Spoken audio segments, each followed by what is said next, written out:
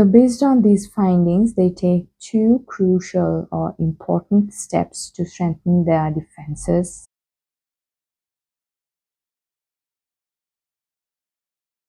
Hello everybody, welcome back to the Security Operations series.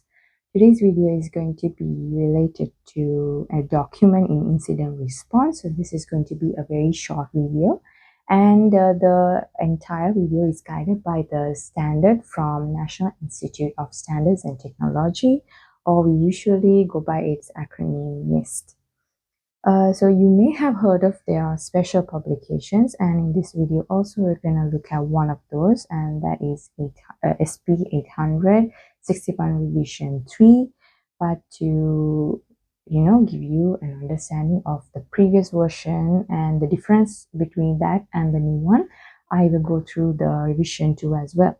Okay, so let's get the key facts straight. The older version NIST SP 800 61 revision 2 was like a foundational document that was released in August 2012.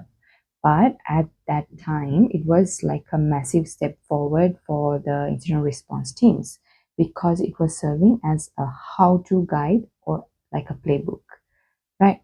And on the other hand, the new standard, the revision 3, was finalized in April 2025. So not so new.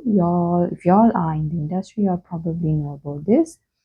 And this, I would say, is different from the previous one. There are some key differences. And the major shift is about how we approach incident response. Okay, now let's look at the core differences between the previous version and the current version.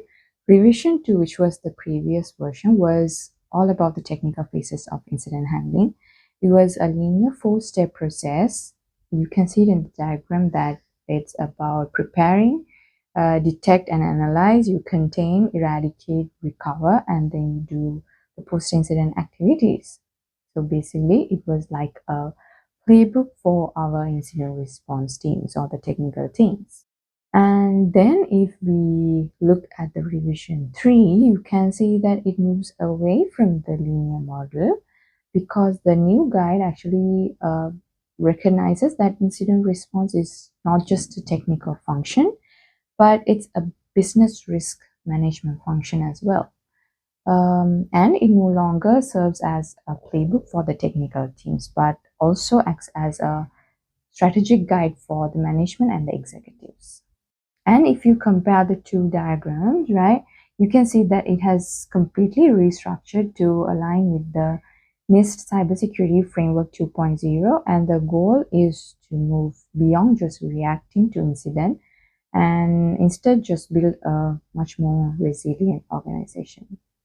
Another key point in this new standard is that it is using the recommendation and consideration section, and through this the organizations can tailor their response programs to their unique needs and the resources. You can see this in the document. There's a section 3 on the CSF 2.0 community profile for cyber incident risk management. Okay, since I want to focus more on the new version, let's look at the 6 main functions of the new framework as well.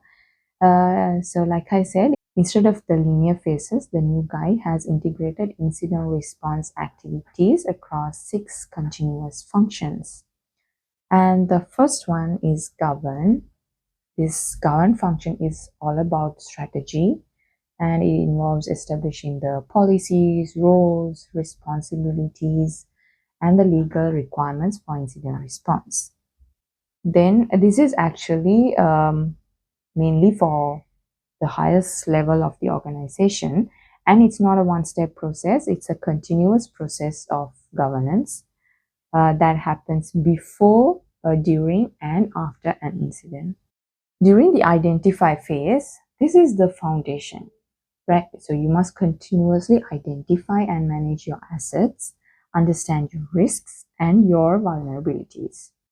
The third one is protect. Protect function is about covering all the proactive safeguards you put in place to prevent an incident before it actually happens.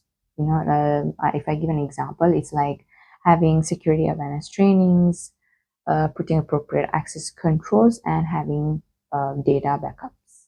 Under detect, this is where you monitor for signs of an incident, such as unusual network traffic or suspicious log entries, the monitoring phase. Then comes respond. This is where you take actions to contain and mitigate an incident after it's been detected. Recover is the process of restoring the systems and operations that were affected by an incident. So now I hope you got an idea of all these terms. I would like to give an example covering all this so that you can get a better idea. So say there's an organization security system that detects a malware detection part, right? So this malware intrusion is on a server. Then the incident response team responds by immediately isolating the affected server from the network and removing the malware. Okay, and after the removal of the threat, the team recovers the server, so recovery part, by restoring its operating system and data from the secure backups that you all have taken. And then during the incident, the post-incident review, the team identifies a key learning, and that is the initial entry point was an unpatched vulnerability in the third-party application. So they also note that the team member's role in the response was not clearly defined in the existing policies. So based on these findings, they take two crucial or important steps to strengthen their defenses and the governance parts. The first thing is the team updates their vulnerability scanning tools and asset inventory to identify and track this specific vulnerability across all systems. Okay. And the second point is that they revise their incident response policies to govern clearly the roles and responsibilities for the incident response team. And finally, they also update their patch management and the related processes. And also maybe have security awareness trainings to protect against similar attacks in the future.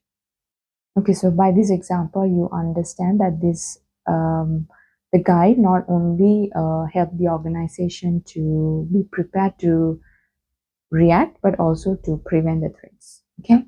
So in short, the revision 2 was the right guide for its time because it's been some time and it focused on how of the technical incident handling part. But since the threat landscape has evolved, right, the NIST guideline also has evolved for the revision 3. So it has the modern standards on focusing on the why and integrating the incident response into the entire business's risk management strategy. So beyond the framework, one of the most important things that the revision 3 highlights is that incident response is no longer like a one person or a one team thing. Internal technical team success will depend on the coordinated efforts of the other internal departments as well as the external stakeholders. And again, apart from the framework, they are also highlighting some of the essential roles that should be within incident response for it to be successful. So these are leadership, legal, technology, professionals of public affairs, media relations, human resources, asset owners, third parties, and so on. Okay, so I'm not going into detail of each and every role because I have listed the publication link down below and you can check it out. So that is all for this video. I hope you got an idea about the document. It's new but not so new. If you all have been in the industry for some time, then you probably know about the guides. But if you're new, then you should go through the NIST guidelines. If you have any questions, drop them down in the comments below and I'll answer. Thank you.